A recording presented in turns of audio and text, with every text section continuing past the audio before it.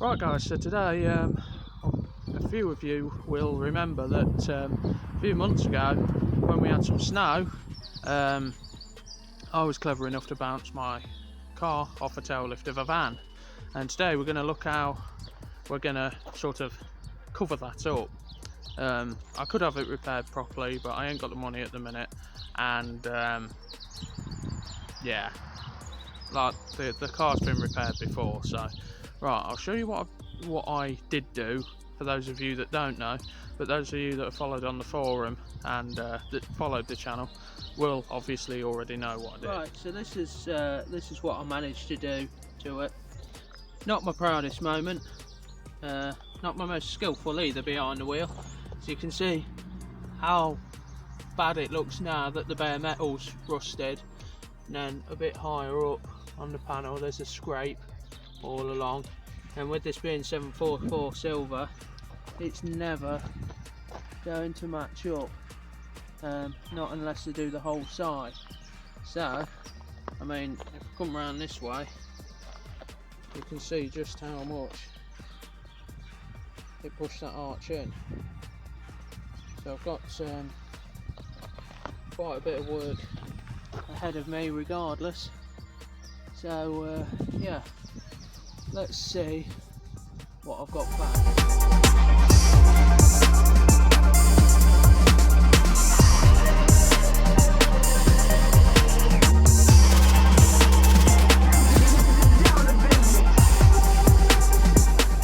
Right, so this is what I ended up going with. It's a Lexus IS 200 body kit, which is why it's got the cutout for a door jamb in it, and the fact that it doesn't follow any of the lines of the car, but that's intentional. This was a cheap kit, and I knew that the wheel arches between one of these and a IS 200 were very similar because I've owned both cars, which really helps sometimes.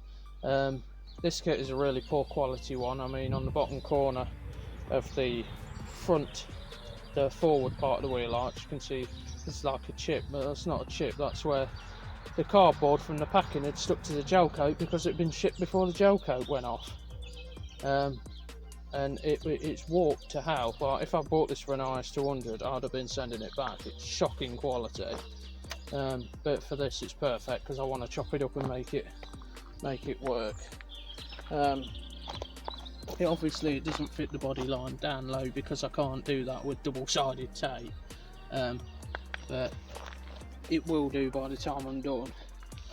Now once I've got the warps out and that, and it sort of follows a nice line here, but again obviously it's not fitted, so I'll have to make new angles and that, but it's a good starting point. So yeah, that's what's happening to this. I have got a front wing as well. I cut one up to see if I can make it work, but it's not going to work. The rear's like 35mm wider and the front's 60 something, just because of the difference in the shape of the wings. So yeah, that's where we're at with that. Yeah, those of you on the forum already know about this kit. You've seen photos and that, and the hash up. I may include some photos in this actually, but this is the end, so you've already seen them if I have. But yeah, if you've enjoyed watching, like and subscribe, and we will get to this kit soon because the weather's warming up now, and I'm sick of seeing that giant rust patch. So yeah guys, SLK stuff coming very soon. Ben's gonna start it up soon, hopefully, and we'll find out whether the head gasket did go, because it won't start if the cylinder's full of water, will it? So yeah, alright guys, like and subscribe. We'll see you again.